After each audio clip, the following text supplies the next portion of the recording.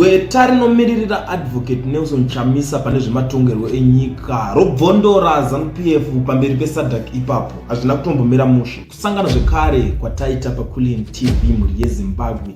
Nhasi ndadzoka ndine update yenyaya iri kuitika zvakambodarika zvakambofamba mumazuva adarika ayo vanhu vakazotanga kuseka vachiti ko Advocate Thabani Mpofu zvavachallenja General Sanyatwe vachaita sei zvino, nyaya yacho ichaperera kupi?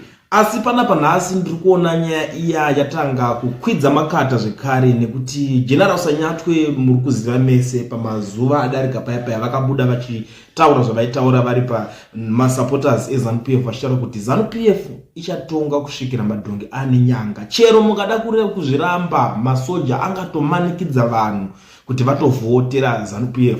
So izvozvo zvinhu zvakakwidza hasha dzevanhu vakawanda, asi vanhu vakashaya chekuita nazvo. Endewo pakatozobuda vamwe vanhu veZANU-PF vachisotesa vachiti imimi general ava mungavaitei kana vakada kupfeka uniform chezvovoya paugeneral pavo, hapana kana wani anoti bofu. So izvozvo zvakazotuma kututuma kwehasha kwegweta iro rinomiririra Advocate Nelson Chamisa pane zvematongerwo enyika vaThabani Mpofu. Ndo vakasumuka vakataura kuti tiri kukumbirawo kuti 7 days mudzore tsvimbo murivhese mashoko iwayo nekuti haana kunaka zvachose. So vaGeneral Sanyatwe havana kuzorivhesa mashoko iwayo, vakabva varamba zvavo vakanyarara kunge vasina kuzvinzwa. Asi panapa nhasi tiri kusangana netsamba yakagadzirwa naavo Advocate Thabani Mpofu vachinyorera kuSADC vakaiendesa. Tsamba iri kuratidza kunyunyuta kwazvo, vari kugunun'una kuti zvinhu zviri kuitika muZimbabwe izvi.